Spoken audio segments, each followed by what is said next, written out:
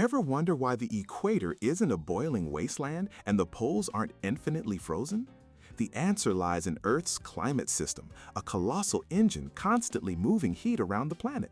This engine has 5 interconnected parts: the atmosphere, the oceans, the vast sheets of ice, the land itself, and all living things. They're not separate, they're constantly trading energy and matter in an intricate dance. Take the atmosphere.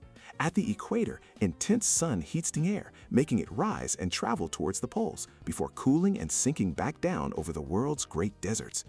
This giant loop, called the Hadley cell, is just one part of a global wind pattern that acts like a planetary circulatory system, preventing the tropics from overheating.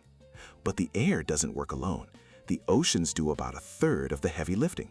A slow, deep current called the global conveyor belt is driven by temperature and salt. Warm surface water travels to the North Atlantic, gets cold and salty, becomes dense, and sinks to the ocean floor.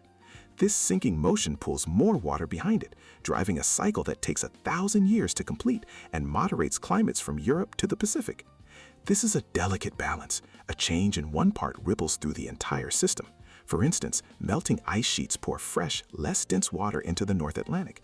This could potentially slow that crucial sinking motion, disrupting the ocean conveyor and dramatically altering weather patterns. It shows how ice, water, and air are locked in a critical relationship. Understanding these powerful interconnected engines isn't just academic, it's the key to reading the vital signs of our living planet.